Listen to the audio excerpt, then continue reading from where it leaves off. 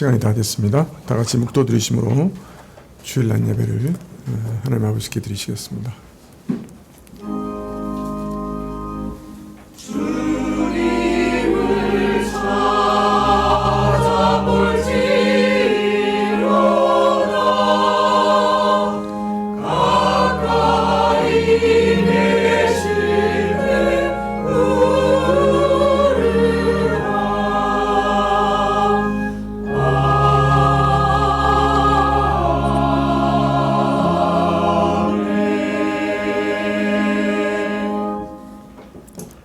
주의 말씀대로 나를 붙들어 살게 하시고 내 소망이 부끄럽지 말게 하소서. 나를 붙드소서. 그리하시면 내가 구원을 얻고 주의 율례에 항상 주의하리이다. 주님, 주께서 명하신 것을 주께서 저희 안에 이루시옵소서. 저희가 저희 힘으로 할 수 없는 것을 잘 아오니 오늘 예배 가운데도 어찌 저희 힘으로 온전하고 참된 예배를 하나님께 드릴 수 있겠습니까? 하나님께서 성령을 보내서 우리 안에 충만케 하시고 저희 마음이 하나님 앞에 온전하게 엎드리게 하옵소서. 예배를 시작하면서 저희 죄악을 돌아봅니다. 참 신자라면 이렇게 살겠는가 되뇌이면서 하나님 앞에 부끄러운 얼굴로 나왔사오니 저희 모든 죄를 사하여 주시고 정결케 하옵소서. 예배 시종을 주께 의탁하올 때 예수님의 이름으로 기도합나이다. 아멘. 네, 찬송가 6장입니다.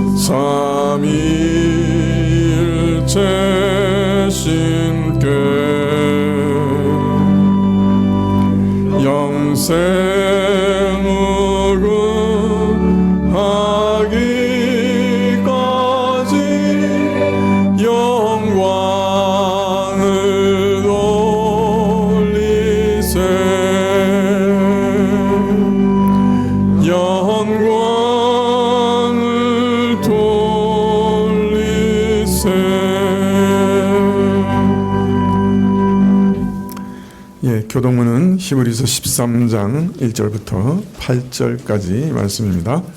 신약 368쪽인데요. 히브리서 13장 1절부터 8절까지입니다. 한 절씩 교도하시죠. 형제 사랑하기를 계속하고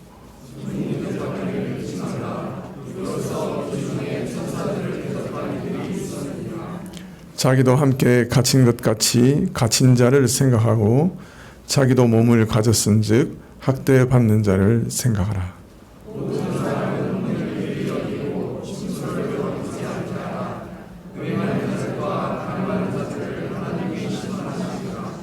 돈을 사랑하지 말고 있는 바를 족한 줄 알라. 그가 친히 말씀하시기를 내가 과연 너를 버리지 아니하고 과연 너희를 떠나지 아니하리라 하셨느니라.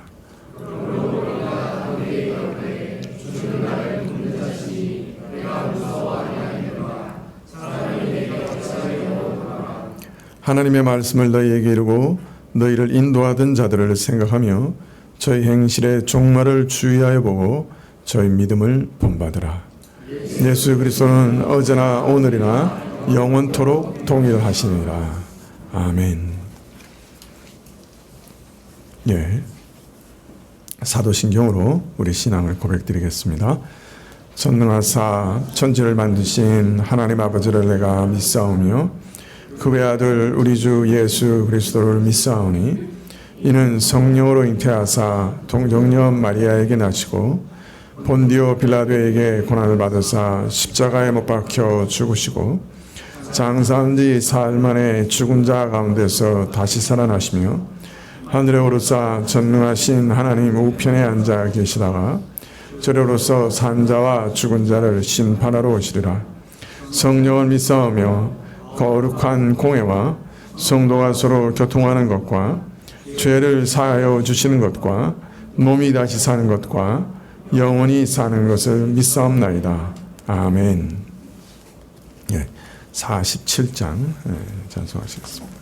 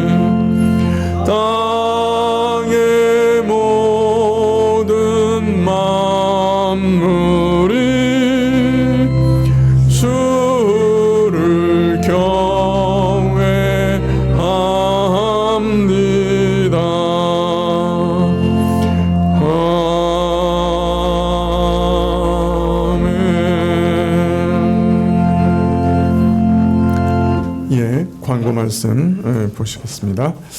먼저 조금 죄송하다는 말씀 드려야 되겠는데요. 지난주에 나눠드린 우리 주소록이 좀 잘못됐습니다.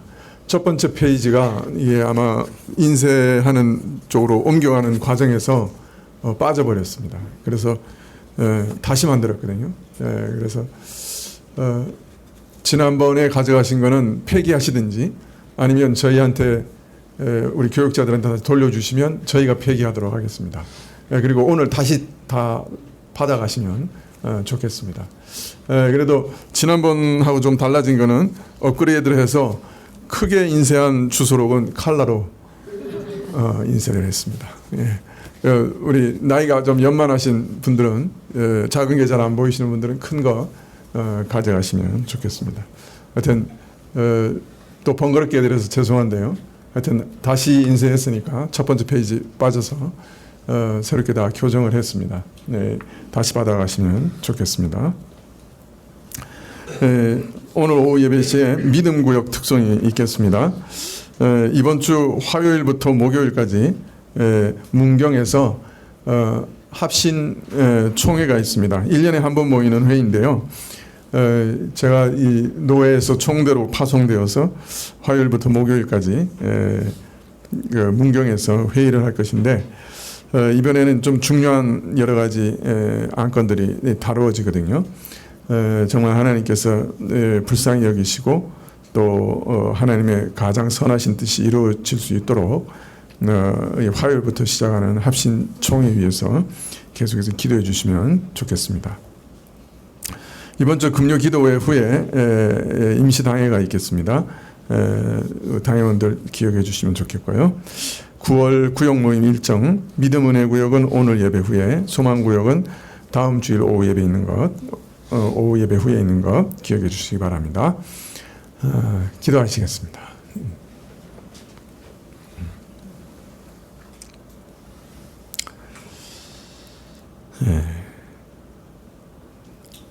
아버지 하나님, 참 여러 가지 국가적으로나 교회적으로나 또 우리 개개인의 삶으로나 매우 삶이 어려워지고 또 궁핍해지는 그런 시기입니다. 하나님께서 저희 모든 삶을 눈동자와 같이 지키시는 줄 아는데, 이 시간에 다시 기도하는 것은 주께서 저희 모두를 영육간에 지켜주시기를 다시금 기도드립니다. 아버지 하나님, 이 나라를 지켜주십시오. 이 민족을 지켜주시고 또 이 민족을 이 땅에 두신 뜻을 이루시기를 간절히 기도드립니다. 주님, 참 이 민족과 나라의 역사를 살펴보면 존재할 수 없는 나라가, 민족이 수천 년 동안 존재해왔고, 참 열강과 특별히 중국과 같은 무서운 세력에게 먹히지 않고 오늘까지 존재한 것 자체가 하나님의 특별한 계획과 섭리라 믿어집니다. 하나님, 그러므로 하나님이 이 나라와 민족에 세우신 모든 아름다운 계획을 다 이루시기를 이 시간에 기도드립니다. 주님, 이 나라를 통해서 세계 열국에 이루신 일들을 이루시옵소서. 또 이 나라가 참 예수 그리스도를 믿는 온전한 믿음의 나라, 참 하나님의 율법이 참으로 통치의 근간이 되는 그런 아름다운 나라가 될 수 있도록 역사해 주시기를 간절히 기도드립니다. 주님, 이 민족교회를 불쌍히 여겨주십시오. 참 하나님께 부하게 해달라고, 부자 되게 해달라고, 먹을 것과 입을 것을 풍성히 주시라고 오랫동안 간구했고, 또 그 간구를 응답하셔서 우리로 풍성케 하셨는데, 그러나 참으로 하나님께서 이 땅의 것을 풍성케 하신 자들이 하나님을 늘 배반하는 것이 참 구약시대 때부터 있어온, 이 교회도 부해지자 교만해져서 하나님을 배반하고 하나님을 참으로 멀리하고 세상 것과 돈을 우상으로 삼고 신으로 삼는 중대한 죄를 범했으니 주께서 용서해 주시기를 구합니다. 저는 그러나 이 교회 안에 참 아무리 기울어지고 무너져가는 것 같아도 하나님께서 또 한 번 돌이켜 주시고 회개의 영을 불어넣어 주시면 어느 순간에 다시 살아날 수 있는 것을 저희가 또 잘 아오니, 하나님 참 이대로 멸망하지 않도록 도와주시고 하나님께서 선하신 계획 가운데 저희를 다시 소생케 하시기를 기도하오니, 하나님 저희를 불쌍히 여겨주시고 저희 기도를 응답해 주시옵소서. 주님, 이 교회에 속한 자녀들을 위해서 기도하오니 하나님, 저희 부모들의 간절한 기도를 들어 응답해 주시기를 구합니다. 하나님께서 참으로 주 예수 그리스도를 믿으라, 그리하면 너와 내 집이 구원을 얻으리라 분명 약속하셨사옵고, 주님, 우리가 그 약속을 믿어 자녀들을 하나님께 의탁하고 있사온데, 그러나 너희가 기도하여야, 내가 약속하였지만은 내가 기도하여야 그 일을 이루리라 또한 이미 말씀하셨사오니, 하나님, 우리 부모들이 전심으로 주님 앞에 나가 기도하게 하시기를 간절히 기도드립니다. 자녀들을 위해서, 자녀들의 영혼을 위해서, 자녀들의 영혼의 구원을 위해서 날마다 하나님께 탄원하며 기도하는 부모들이 될 수 있도록 허락하여 주시옵소서. 또 그렇게 밤낮 부르짖는 부모의 기도를 하나님이 결코 외면하지 못하실 것을, 하나님께서 이미 너와 내 집이 구원을 얻으리라 약속하신 그 약속을 붙들고 기도하는 기도에 반드시 응답하실 것을 믿고 기도가 응답될 때까지 기도하는 인내 사람들이 다 되도록 허락하여 주시옵소서. 주님, 참 세상이 너무나 빨리 변하고 그 세상 안에 우리 마음에 쾌락을 주는 것도 많고 우리 정신을 앗아가는 것들도 많고 우리를 황홀케 하는 것들도 많아서 우리 신자들이, 또 특별히 우리 젊은이들이 믿음을 가지기가 참 어려운 때입니다. 그러나 하나님이 만나주시면 그 어떤 상황에서도 참으로 주를 만날 수 있겠사오니, 믿을 수 있겠사오니, 하나님께서 우리 자녀들을 찾아가 주시고, 찾아가 주시되 속히 찾아가 주시고 만나 주셔서 저들이 부모의 하나님이 아니라 자신의 하나님으로 주님을 믿고 섬기며 이 고통스럽고 험난한 세월 속에서 하나님을 의지하면서 살아갈 수 있는 법을 알게 하여 주시옵소서. 아버지 하나님, 여러 가지 참 기가 막힌 질병으로 하나님 앞에서 예배드리지 못하고 참 탄식하며 참 멀리서 예배드리는 자들을 불쌍히 여겨주시고, 하나님 어찌하든지 이 시간에 안수해 주시고 기적을 베풀어 주시고 일어설 수 있게 해주시고 고쳐주시기를 간절히 기도드립니다. 저희 연로한 자들을 붙들어 주시고, 또 참 이 땅에서 각박한 삶 속에서 어찌하든지 믿음을 지키려고 싸우고 투쟁하는 우리 모든 성도들 마음에 하나님이 위로의 영으로 함께 해주시고 저희 헌물을 받으시고 찬송을 받으시고 말씀을 주시기를 구하올 때 예수님의 이름으로 기도합나이다. 아멘. 예, 말씀은 골로새서 3장 20절부터 21절까지 말씀입니다.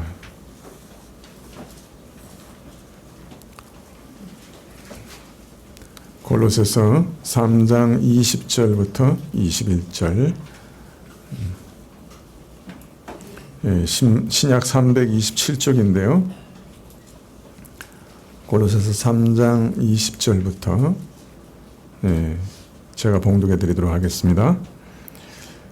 자녀들아, 모든 일에 부모에게 순종하라. 이는 주 안에서 기쁘게 하는 것이니라. 아비들아, 너희 자녀를 경록해 말지니 낙심할까 함이라. 아멘.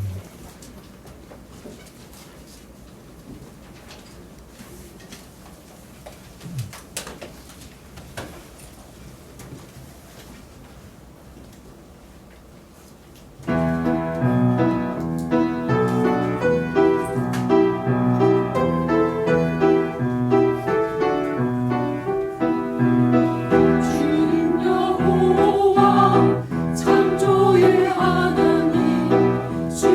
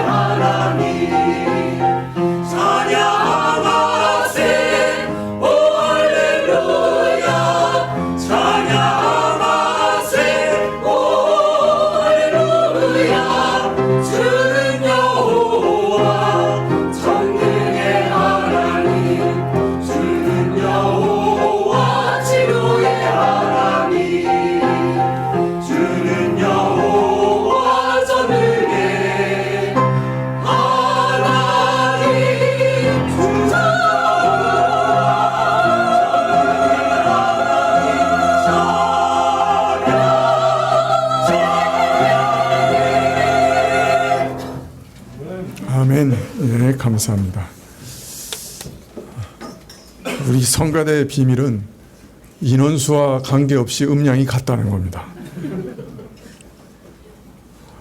그 신기하죠?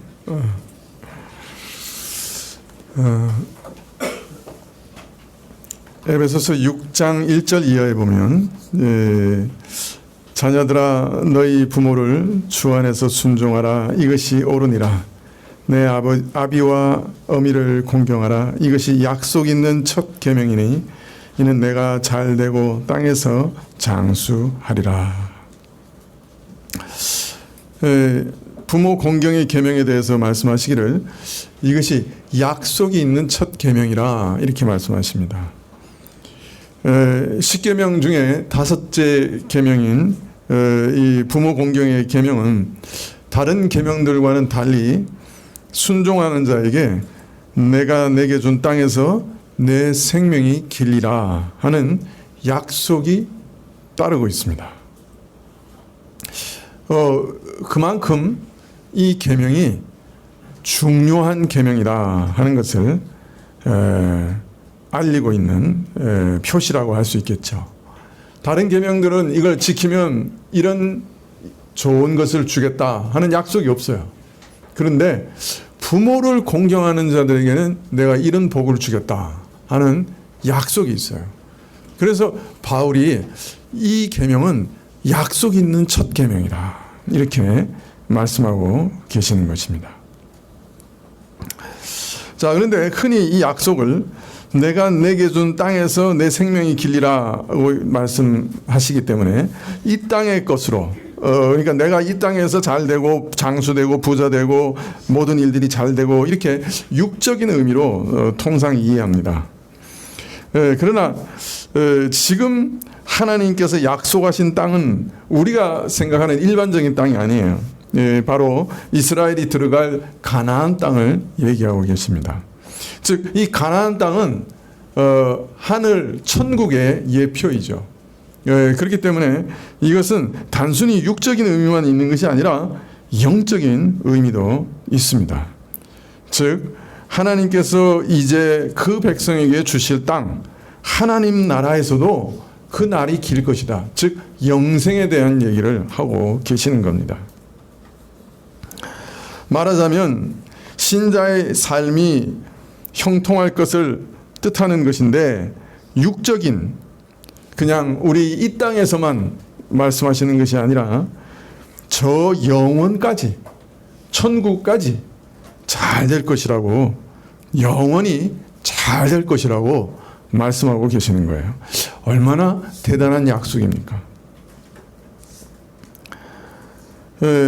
반대로 말하면 부모를 공경하지 않으면 신자로서도 제대로 살아갈 수 없다 하는 뜻이 거기 숨어 있습니다. 이 약속이 영생에까지 천국에까지 이르는 약속이기 때문에 가나안 땅에서 잘 될 것이라 즉 천국을 예표하는 그곳에서 즉 천국에서 잘 될 것이다 하는 그런 뜻까지 포함하고 있기 때문에 거꾸로 얘기하면 그죠? 이 계명을 잘 지키지 않는 사람은 영적으로 손해가 클 것이라는 거예요. 신자로서 신앙생활을 제대로 할 수 없다는 얘기예요. 사실 부모 공경을 제대로 배우지 못한 자녀들이 나중에 하나님의 공경을 배우는 것이 참 어려워하는 것을 제가 많이 경험합니다. 어릴 때부터 부모 공경에 대해서 익숙한 사람들은 하나님을 공경하는 것에 대해서 그렇게 어렵지 않아요. 그게 무엇인지 이렇게 마음속에서 감각하는 어떤 감각이 있어요. 근데 그것이 없는 분들은 하나님을 공경하라고 할 때 그게 무슨 말이지? 참 이렇게 뭐랄까요? 마음에 와닿지 않는 그런 것들을 많이 봅니다. 그래서 부모 공경이라고 하는 것은 사실은 영생에까지 이르는 복을 약속받은 매우 귀중한 계명이고요. 또 사실 이것을 순종하지 못할 때 우리 영혼까지 많은 손해를 받는 그런 계명이라 하는 것을 꼭 기억하시면 좋겠어요. 예전에 어떤 목사님이 저한테 자기 후임으로 이 목사님을 좀 세우면 좋겠는데 어떻게 생각하느냐 하고 물어보시더라고요. 그래서 제가 말을 할까 말까 하다가 목사님, 그 목사님이 신학도 좋고 설교도 잘하시고 모든 면에서 참 괜찮으신데 부모를 공경하지 않습니다. 그래서 저는 반대입니다. 그랬어요. 나중에 그분을 후임으로 안 세우셨더라. 이것이 굉장히 중요한 표징이 될 수도 있다고 생각했기 때문에 참 말씀을 전하는 목사라고 하면 당연히 부모를 공경하는 것이 합당하다 생각했기 때문에 제가 그 사실을 알고 있는 이상 그분을 추천할 수는 없었죠. 자, 그런데 부모를 공경하라 할 때 요사이 조금 문제가 되는 게 뭐냐 하면은 며느리와 시부모와의 관계예요. 자, 이 부녀가 결혼해서 생전 모르는 분을 부모로 모신다는 것은 참 어렵죠. 익숙하지 않은 일이고 또 환경도 너무 다르고 생각도 너무 달라서 좀 그분들을 내 부모로 모신다는 것이 쉽지가 않습니다. 어느 시대나 시부모 공경하는 일이 어디 쉬웠겠습니까마는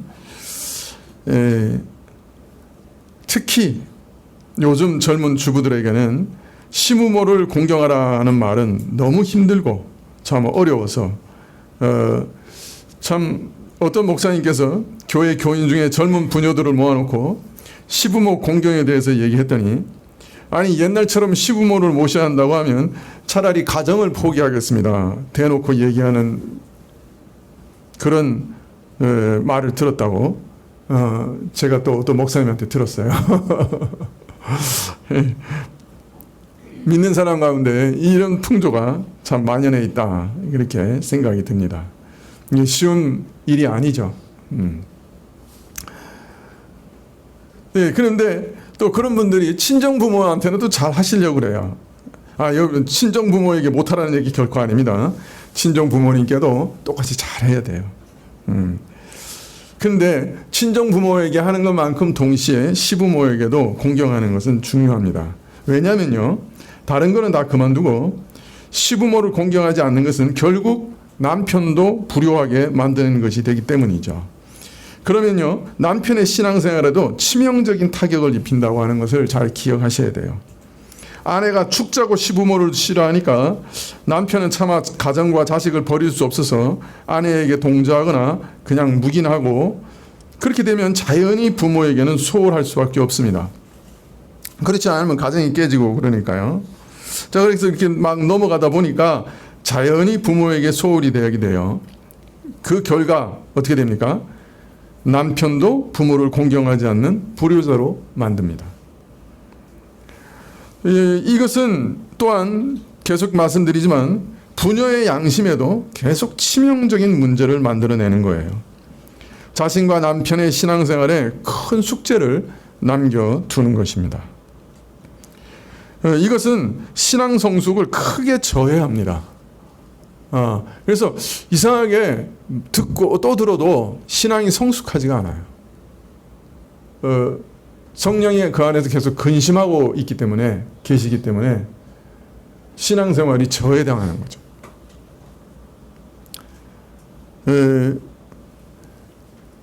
하나님께서 허락하신 땅, 교회에서 믿음 가운데 신앙생활을 하는데 이 일이 큰 방해가 될 수 있습니다. 그리고 이 땅에서 하나님께서 그와 함께 하시고 형통케 하시는 일에 있어서도 큰 방해가 될 수 있습니다. 이게 하나님이 세우신 원리이기 때문에 이 원리를 무너뜨리면은 우리가 그렇잖아요. 이 텔레비전 옆으로 이렇게 누워서 보면서 눈이 난시가 안 되기를 바라는 것은 좀 어리석은 일이겠죠. 제가 난시가 된 이유가 이렇게 누워서 봐서, 어릴 때 텔레비전을 누워서 봐서 이렇게 난시가 된 것 같은데, 마찬가지예요. 과로하면서 감기 안 걸리길 바라는 거랑 비슷한 거예요. 물론 어쩌다가 과로를 많이 하는데도 특별하게 튼튼해서 감기 안 걸리는 사람이 간혹 있을지 모르지만은 그 큰 흐름과 원리는 우리가 거스르면 반드시 고장이 납니다. 이 부모를 공경하는 것도요, 사실은 큰 흐름이에요. 그래서 시모나 처가나 공이 공경해야 됩니다. 남편도 마찬가지예요. 처가에 대해서도 공경할 줄 알아야 합니다. 자기 부모하고 똑같이 공경할 줄 알아야 돼요. 그런데 요사이 이제 자꾸 이 말씀 드리는 거는, 우리나라는 이상하게 며느리와 그죠? 시어머니 관계가 이상하게 좀 어려운 것 같아요. 근데 미국은 사위하고 장모가 그렇게 싸운다네. 거의 원수지간이래. 그 참, 그 나라마다 또 이런 풍습이 조금씩 다른 것 같아요. 그래서 이 미국은 이 사위하고 장모가 그렇게 그냥 사이가 안 좋아서 문제가 된다는 얘기를 제가 들은 적이 있습니다. 여하튼 다 우리의 어떤 부패한 모습들이 이런 모습으로 나오고 저런 모습으로 나오는 건데요. 하나님 말씀을 잘 순종하시면 복될 것이다. 그것은 틀림이 없습니다. 지난주부터 부모가 자식에 대하여 갖는 참 권위와 이에 대해서 자식이 마땅히 순종해야 할 의무에 대해서 이제 말씀드리고 있지만은, 그러나 여기 한 가지 중요한 제한 조건이 있습니다. 부모가 나를 낳으신 것이 사실이지만은 부모가 절대적인 근원은 아니십니다. 참으로 나를 태에서 창조하시고 나를 낳으신 분은 하나님이십니다. 그래서 나의 절대적인 존재 근원은 하나님이시기 때문에 나는 절대적인 의미에서 하나님의 소유입니다. 엄밀히 말하면 부모는 하나님께서 나를 지으시기 위해서 사용하신 도구에 불과합니다. 따라서 부모의 권세나 소유권은 하나님께서 사용하시는 도구로서의 권위요, 절대적이 아니고 제한적이라고 할 수 있습니다. 그래서 에베소서 6장 1절에 보면 부모에게 순종하라는 말씀에 주 안에서라는 조건이 붙어 있습니다. 자식이 부모에게 순종해야 할 의무가 주 안에서 이루어져야 한다는 것입니다. 이 말은 두 가지 뜻을 가지고 있습니다. 주 안에서 순종하니까 세상의 도덕적인 윤리적 차원에서 공경하고 순종하는 것이 아니고 하나님 때문에, 하나님이 세우신 권위이기 때문에, 하나님의 명령이기 때문에 부모에게 순종한다, 그런 뜻이고, 또 하나는 다른 뜻이죠. 또 하나는 부모에게 순종하되 주 안에서, 즉 주의 뜻을 거스르고 순종할 수는 없다 하는 뜻입니다. 주 안에서 주의 뜻을 따라 부모에게 순종하라는 것입니다. 사실 자식은 부모의 소유가 아니고 하나님의 것입니다. 하나님께서 부모를 통하여 태어나 존재하게 하셨으니, 양육하게 하셨으니 자녀들은 오직 주의 기쁘신 뜻 안에서 부모에게 순종해야 합니다. 부모가 만일 주의 뜻을 거스르는 것을 요구한다면 그 뜻을 따를 수 없는 것은 명확한 것이죠. 그래서 우리의 효도는 주 안에서라는 제한이 있다 하는 것도 명심해야 할 것입니다. 제가 이제 목회를 어느 정도 이렇게 쭉 하다 보니까 부모가 부족하고 성이 차지 않아서 불평하고 원망하던 사람들도 시집가고 장가가고 자식을 낳고 기르면은 부모의 사랑을 조금씩 깨달아갑니다. 돈 좀 달라 그래도 마음대로 준 적도 없고, 좀 놀러 가겠다 그러면 야단치고, 참 마음 편하게 해준 일이 없다, 항상 부모에 대해서 불평이 많던 사람도 자신이 자기 자식을 기르다 보면 내가 이전에 그처럼 불평했던 그 부모의 사랑과 노력이 얼마나 큰 것인가, 부모가 나를 얼마나 사랑하고 걱정했으면 또 그렇게 했을까 이해가 됩니다. 이게 조금씩 깨달아져 가요. 근데 불행하게도 많은 경우 그것을 깨달을 때는 이미 늦은 경우가 많았습니다. 이미 부모님은 돌아가셨거나 너무 노쇠하셔서 부모님께 효도할 방법이 없을 때가 참 많았어요.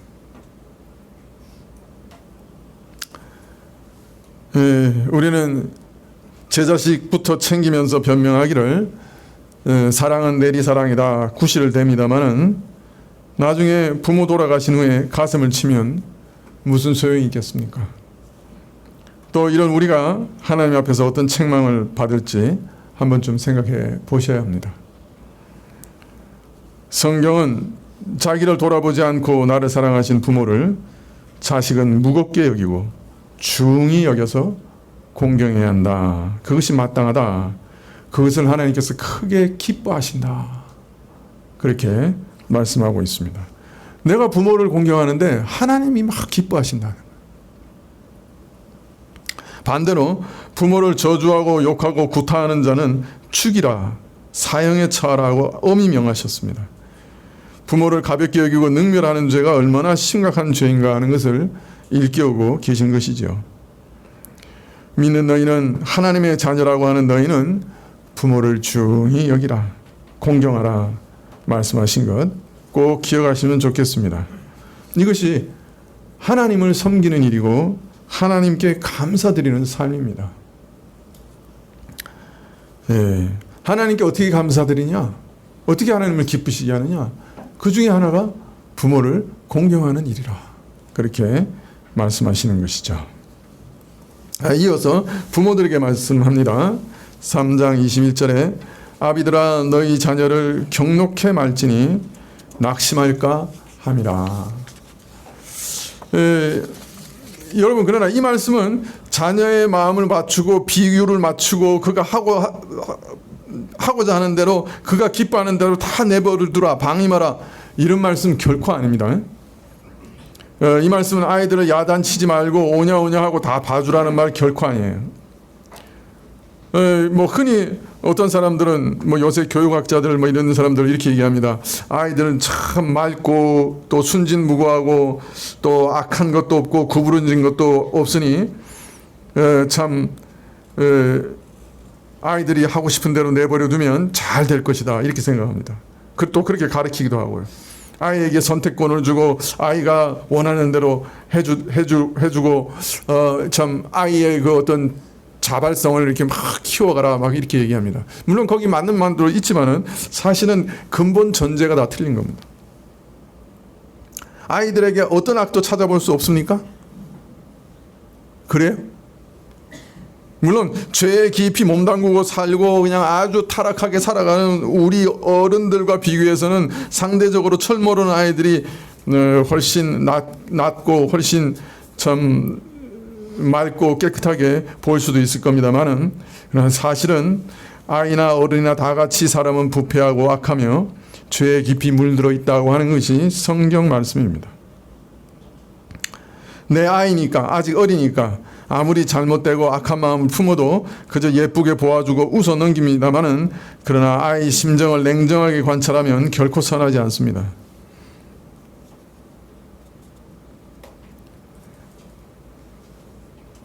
이런 터에 더더욱 아직 옳고 그름을 판단할 능력이 없거나 미숙한 아이들로 하여금 그가 원하는 대로 하도록 내버려 둔다고 하면 결과는 뻔한 것이죠. 최근의 교육 풍조는 부모가 될 수 있으면 간섭하지 말라, 부당하게 간섭하지 말라 하는 것을 강조하는, 그래서 스스로 뭔가를 결정하고 판단하고 행동하고 생각하도록 하라, 자유를 많이 주라, 이게 교육의 풍조입니다만 라고 말씀드렸습니다만은, 잘해주면 애들도 잘 될 거다. 그러나 아이들을 타락한 심성을 모르는 말이에요. 그대로 두면 반드시 타락합니다. 그러므로 부모가 바른 교훈, 주께서 인간에게 바라시는 뜻이 무엇인지 아이들에게 올바로 가르치지 않으면 그것은 부모가 아이를 망치는 길입니다.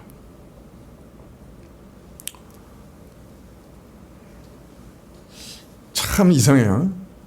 부모가 막 잘해주고 자유롭게 해주고 뭐든지 막 도와준 아이들이 부모를 공경합니까? 아니면 부모가 아주 엄격하고 또 바른 것을 가르치고 모든 것을 절제하도록 가르친 그런 아이들이 부모를 공경합니까? 한번 보세요. 제가 이게 쭉 지금까지 경험해 본 바로는 부모가 오히려 엄격한 분들이 공경을 받아요. 나중에.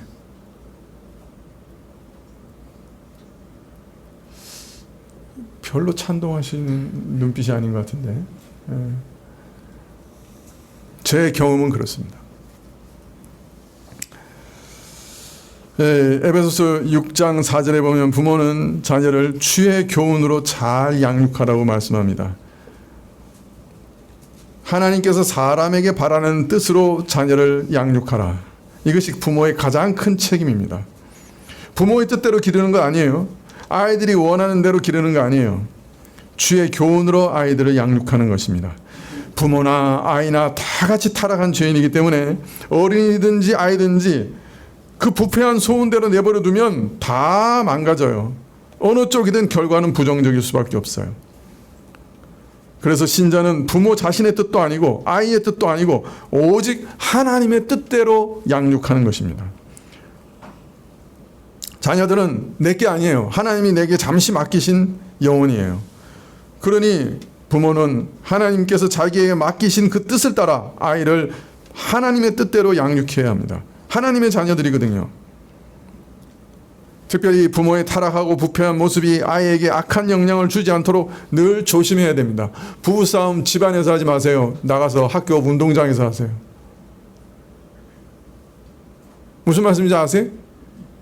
애들 보는 앞에서 부부싸움 하지 마시라고요. 부부싸움 하고 싶으면 학교 운동장까지 걸어가서 마음 다 이렇게 가라앉힌 다음에 부부싸움 하세요. 부부싸움 하면요, 애들 그 심리적인 안정이 다 무너져요. 자꾸 불안해진다고요.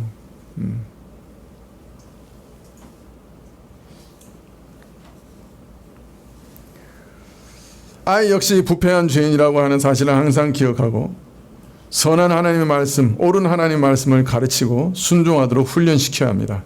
악한 것은 고치고 어떤 때는 책망하고 어떤 때는 엄하게 징계도 해야 합니다. 사실 많은 경우 아이의 잘못을 바로잡기를 꺼려하는 것은 아이의 인격 중에 어떤 측면을 억압할까 두려워하거나 혹은 아이의 사랑을 잃어버릴까 두려워하기 때문입니다. 아니면 아이를 징계할 때 부모 자신이 자녀보다 훨씬 더 아프고 힘들거든요. 고통스럽거든요. 때문에 아이를 징계하는 것이 부모가 힘들어서 징계를 하지 않는 거예요. 내가 자식을 한 대 때릴 때 자식 아픈 것보다 내 마음이 더 아프거든요. 그러니까 못 때리는 거예요. 특별히 아이와 많은 시간을 보낼 수 없는 부모들은 아이의 응석을 받아주기 쉽습니다. 함께 있는 짧은 시간 가운데 아이를 바로잡거나 벌하는데 그 시간을 보내고 싶지 않은 거예요. 그래서 아이를 자꾸 내버려 두는 그런 경향이 있어요. 무엇보다도 나도 못하면서 뭐 어떻게 라는 생각이 있는 거예요. 다윗이 바세바를 범했어요. 그 다음에 그 아들 암논이 자기 이복 누이를 범했어요.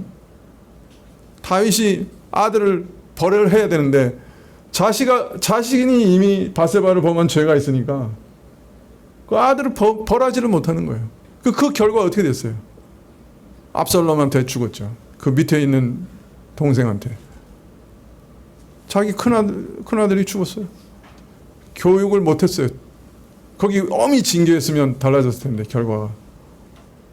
자기가 못하는데 어떻게 자녀를 하나님 말씀대로 양육할 수 있냐 이렇게 생각이 드는 거예요. 그래서 또 못해요. 여러분 내가 못해도 나는 개걸음 해도 넌 바른 걸음 가 그렇게 해야 돼요.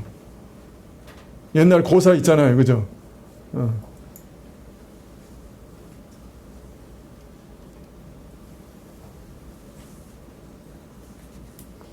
개 부모가 너는 똑바로 걸어가 그러면서 자기는 옆으로 걸어. 우리가 그런 존재들이잖아요. 그래도 그렇게 가르쳐야 되는 거야. 똑바로 걸어가라.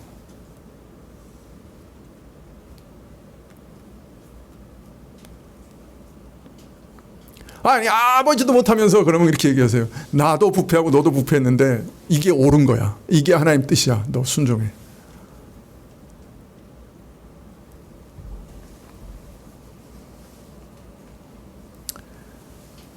예, 오히려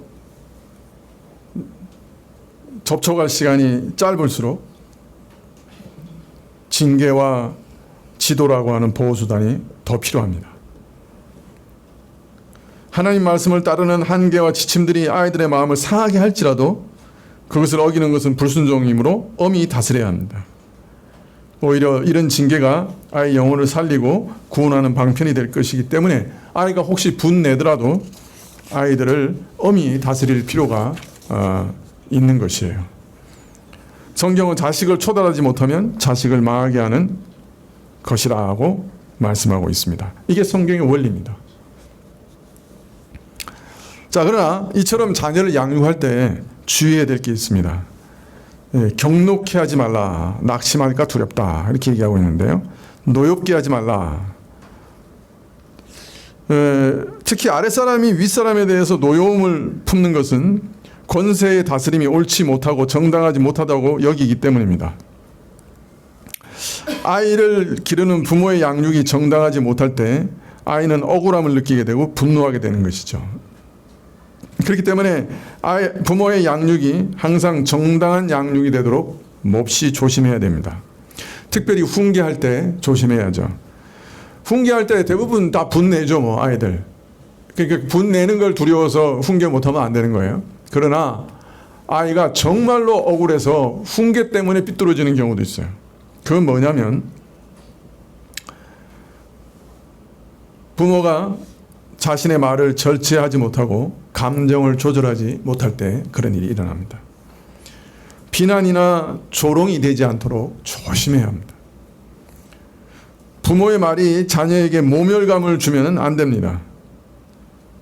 자신이 부모에게 더 이상 가치 있는 자녀가 아니고 중요한 자도 아니고 경멸이나 경시의 대상이라고 여겨지도록 말하거나 행동해서는 안 됩니다. 인격적인 모독이 되면 안 되는 거예요. 또 내가 너를 사랑하고 너는 정말 내게 가치 있는 자녀라고 하는 신뢰관계가 훼손되도록 하면 안 되는 거예요. 너는 내게 정말 중요한 자라고 하는 그 뜻이 전달돼야 되는 거예요. 조롱하며 경시하는 말과 행동은 결국 자녀를 낙담시킵니다. 자존감을 무너뜨립니다. 용기를 잃게 합니다. 반항하게 만듭니다. 우리의 책망과 훈계는 자녀에게 자신들의 잘못과 죄를 깨닫게 하기 위한 수단이 되어야지 내 분노를 해소하는 스트레스 수단이 되면 안 됩니다. 자녀들이 잘못했을 때는 책망뿐만 아니라 필요하면 체벌하는 것도 성경적입니다. 그러나 체벌할 때도 무엇이 잘못됐는지, 어떤 잘못을 저질렀는지 자녀에게 충분히 이해시킨 뒤에 매를 들어야지 감정적으로 자녀를 다루어서는 안 됩니다. 무엇보다도 이러한 실수를 저지르지 않기 위해서 자녀를 경록해 하지 않기 위해서 부모는 자녀 교육에 있어서 항상 사랑의 심정을 유지해야 합니다. 부모가 자녀에게 매를 들 때도 그것이 미운 감정의 매가 아니고 눈물 어린 사랑의 매가 되어야 합니다. 그렇지 않으면 그것은 효과가 없고 오히려 역효과를 가져올 수 있습니다. 체벌이 부모의 화를 풀기 위한 폭력이 될 수도 있습니다. 그것은 매우 조심해야 됩니다. 제가 어릴 때 보면 이렇게 아버님이 이렇게 문지방 위에 매를 하나 이렇게 걸어 놓으셨어요. 근데 이제 매를 맞을 때 꼭 두 가지가 있었어요. 하나는 매를 저보고 가져오라 그랬어요. 지금 생각해 보니까 그게 아버지 그 분을 이렇게 착 가라앉히시는 시간을 보신 것 같아. 내가 매를 가지러 가면 제가 빨리 막 달려가서 가져왔을까요? 네? 그렇지 않죠. 최대한 천천히 가서 매를 가져오죠. 그 다음에 이제 또 딱 물어보시는 게 있었어요. 몇 대 맞을래? 그럼 제가 계산을 막 잘해야 돼. 심하게 저질렀는데 이게 뭐 한 대요 그러면 한 대 딱 때리시는데 날아오는 속도가 달라. 한 2달 고생해야 돼. 저는 머릿속으로 제가 잘못했는 것보다 좀 많이 불렀어요. 그래야 좀 날아오는 강도가 이렇게 약해지니까. 5대 맞을 거 그러면 10대요 막 이렇게 잔머리를 막 굴리는 거죠. 네, 그렇게 두 가지를 하신 이유가 제 생각에는 내 잘못을 깨닫는 시간을 주고 또 아버지의 감정을 가라앉히시는 그런 일을 했던 것 같아요. 예. 하여튼 뭐 여러분 참 이 징계라고 하는 것도 쉬운 일은 아닙니다만은 잘못하면 아이들이 정말 이렇게 억울해질 수 있기 때문에 여러분 이거 하나만 잊어버리지 않으시면 돼요. 내가 이 일을 하는 것이 정말 사랑 때문인가 늘 돌아보셔야 돼요. 예수께서 사랑하는 사람들을 대하고 있어요. 하나님께서 사랑하시는 자녀들을 지금 대하고 있어요. 예수님이 자신의 피를 쏟으셔서 구원하시는 대상을 내가 지금 대하고 있어요. 그렇다면 나도 그리스도와 같은 사랑으로 자녀들을 훈계하고 양육해야 되겠죠. 네, 그래서 자녀들에게 그리스도가 어떤 분이신지 이런 사랑 가운데 징계한다면 오히려 그리스도의 사랑에 대한 분명한 인식을 자녀들에게 줄 수 있을 겁니다. 첫째는 그래서 훈계할 때 말과 마음을 정말 조심해야 됩니다. 두 번째는 이 다자녀 가정일 경우에 편애해서 안 됩니다. 제가 이렇게 목회하면서 보니까 그 편애했다는 것 때문에 아주 평생 이렇게 상처를 가지고 살아가는 사람들을 꽤 많이 봤어요. 그 이상해요. 이 아이들 다자녀 같은 경우에는 이렇게 싹 눈치를 봅니다. 엄마 아빠가 누굴 제일 좋아하지? 또 은근히 물어보기도 합니다. 예.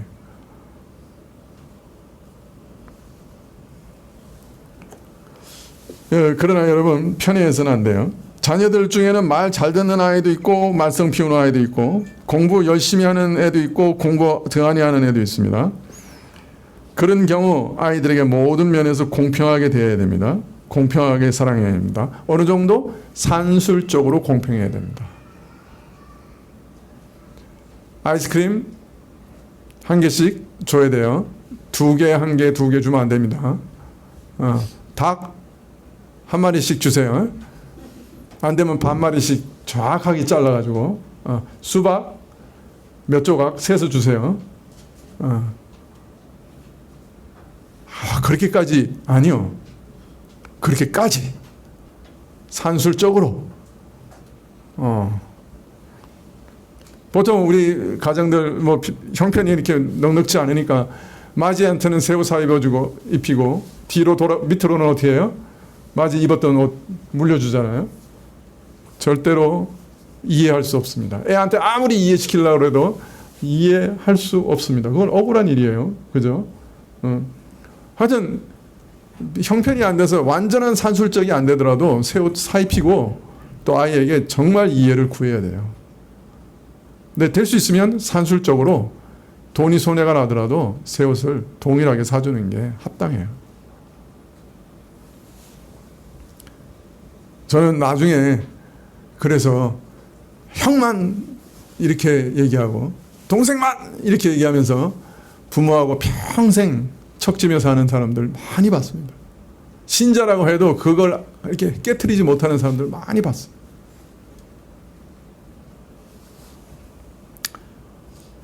부모가 불공정하게 대한다고 차별을 대우한다고 생각할 때 아이들이 격노하고 낙심하게 됩니다.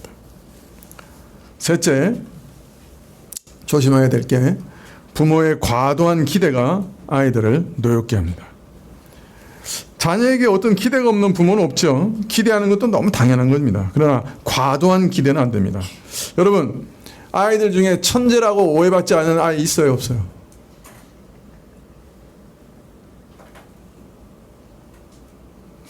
아마 드물걸요. 제가 저희 교회 유치부 아이들 보면 다 천재같이 보이는데요. 어떻게 그렇게 말을 그죠? 와, 어떻게 그렇게 잘하는지. 그래서 부모님들은 아마 자기 자녀를 영재학교에 보내야 되는 거 아닌가 한두 번은 다 근심해 보셨으리라 생각이 드는데요. 아니에요? 다 고민해 봤을 거예요. 그런데 문제는 천재성이 오래 가지 않더라고요. 부모가 가진 자녀들에 대한 과도한 기대, 특별히 자신이 이루지 못한 것을 자녀에게 투사하는 기대, 그거 아주 무서운 겁니다. 부모들은 자녀들에게 기대를 하되 인생의 한계 안에서 기대하는 걸 배워야 합니다. 우리 인생은 무한한 가능성을 가진 존재 아닙니까? 그렇습니까? 아니요. 정말 한계져 있는 존재들입니다. 저희 아버님이 카이스트가 처음 만들어질 때 시찰을 가셨어요. 그리고 거기 있는 모든 사람들 앞에서 우리 두 아들이 이 카이스트 각 방에서 앞으로 연구하게 될 거다 이렇게 큰 소리를 치고 오셨어요.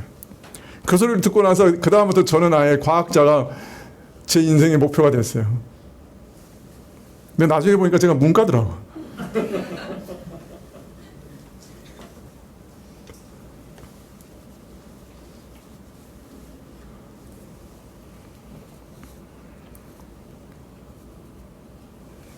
여러분, 부모들은 다 자녀들 기대합니다. 또 그것은 정당한 일입니다. 그러나 부모 자신의 기대를 충족시키고자 하는 욕망과 욕구에 불과할 수도 있습니다. 그 일이 잘못되면. 그리고 부모가 기대하는 그 모든 것을 충족시킬 수 있는 자식은 거의 없습니다. 여러분 한번 생각해 보십시오. 내가 하지 못했기 때문에 한이 되어서 자녀들을 기대한다고요? 아니 여러분, 스스로 하지 못한 일을, 스스로 이루지 못한 일을 어떻게 자녀에게 요구하죠? 자기도 못했으면서 왜 자녀에게는 꼭 그것을 기대합니까? 그게 합당한 일입니까?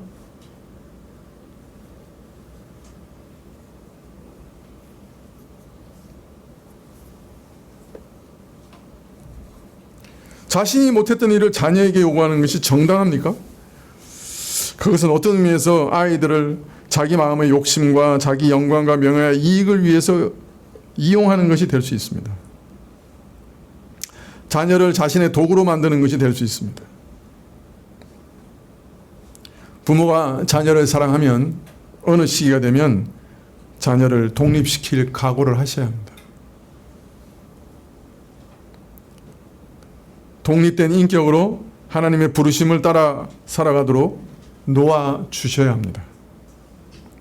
부모의 과도한 집착은 자녀의 미래를 어둡게 할 수 있습니다.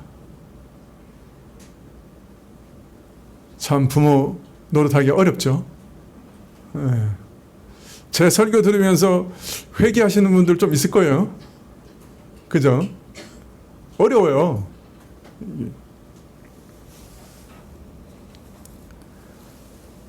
자녀들을 경록해 말지니 낙심할까 함이라. 여러 가지 이유로 자녀들을 경록해 하면 그 내면에 분노가 남게 되고 그 분노는 우울함과 성품의 왜곡을 일으키게 되고 그것 때문에 평생 고생하며 살 수도 있습니다. 밖으로 표출되면 문제아로 사회에서 다른 사람을 해하며 살게 되고 안으로 쌓이면은 우울함 가운데서 평생 고생하죠. 물론 자녀 양육은 쉬운 일이 결코 아닙니다. 많은 눈물과 많은 인내를 더하셔야 할 겁니다.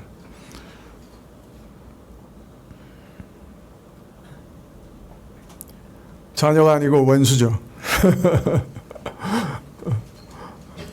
원수와 자녀 사이를 왔다 갔다 하죠.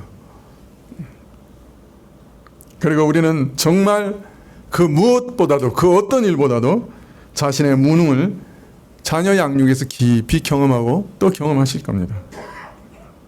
그러나 여러분, 우리 다 부족하고 어리석지만은 그리스도를 공경하며 하나님을 두려워하면서 또 하나님을 사랑하면서 조심스럽게 자녀를 양육하려고 노력한다면, 그리고 성령님께 도움을 구한다고 하면 하나님께서 도와주실 겁니다.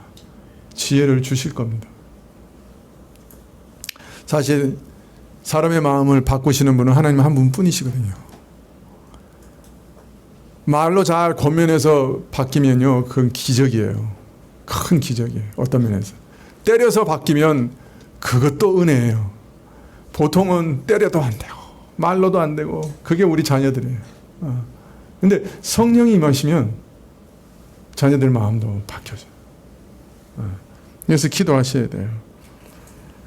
모든 것을 그리고 합력하여 우리의 부족까지도, 우리 죄까지도, 우리 실수까지도 합력하여 선을 이루시는 우리 하나님께 모든 것을 맡기면서 자녀들을 하나님의 나라로 인도해 달라고 기도하면서 양육해 가신다고 하면 하나님께서 우리에게 복을 주시리라 확신합니다. 기도하시겠습니다.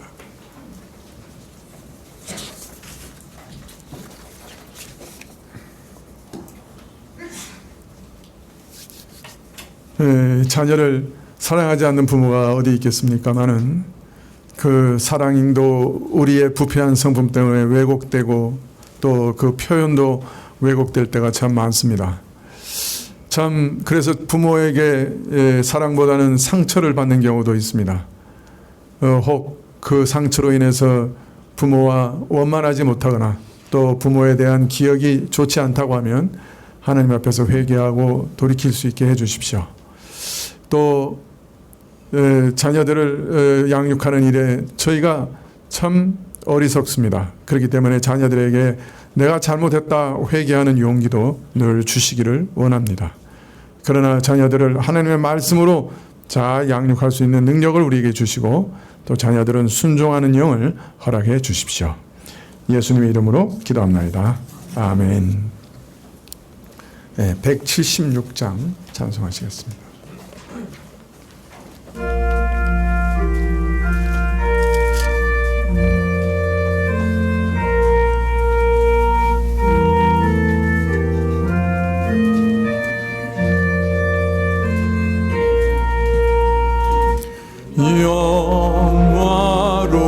영화로우신 주 성령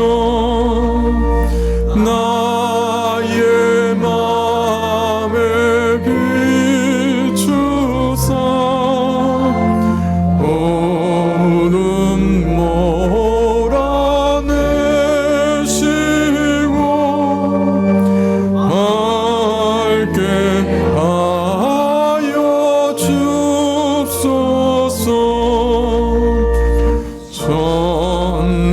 전능하신 주 성령 성결하게 하시고 나의 마음을 괴롭힌 죄를 멸해 주옵소서.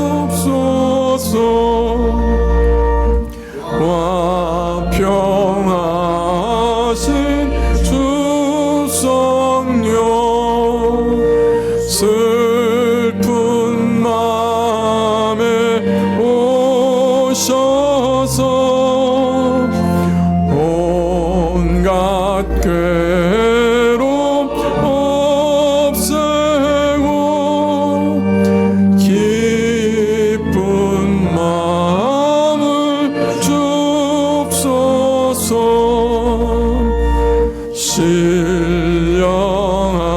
신령하신 주 성령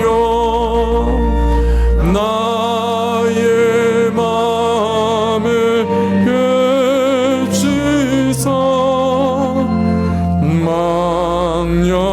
망령된 일 고치고 홀로 주관하옵소서.